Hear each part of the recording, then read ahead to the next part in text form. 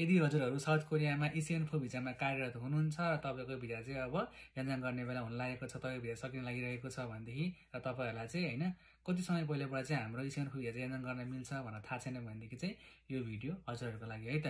So यदि हामी चाहिँ कोरियामा EC-N4 भिजामा कार्यरत छौं र हाम्रो भिजा चाहिँ थप्ने बेला भएको छ भनेदेखि चाहिँ हामीले हाम्रो भिजा सकिनु भन्दा 4 महिना पहिलेबाट है 120 दिन पहिलेबाट चाहिँ हाम्रो EC-N4 भिजाको चाहिँ यान्जाङ गर्न मिल्छ हैन।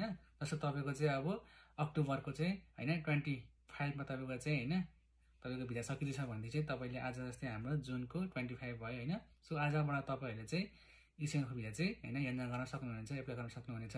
त्यसका लागि तपाईहरुले चाहिँ हैन EC-N4 भिजाको एप्लाई गर्न चाहिने डकुमेन्टहरु चाहिँ रेडी गरेर तपाईले इमिग्रेसनमा गएर चाहिँ हामीले फाङमुन एक गरेर चाहिँ हैन थप्न मिल्छ। तपाईहरुले चाहिँ हाम्रो अनलाइनबाट चाहिँ हाम्रो EC-N4 भिजा चाहिँ थप्न मिल्दैन है। सो EC-N4 भिजाको चाहिँ यान्जाङ चाहिँ हाम्रो भिजा सकिनु भन्दा 4 महिना अघिबाट 120 दिन पहिलेबाट चाहिँ हामीले चाहिँ EC-N4 भिजा चाहिँ यान्जाङ गर्न सक्छौं है त।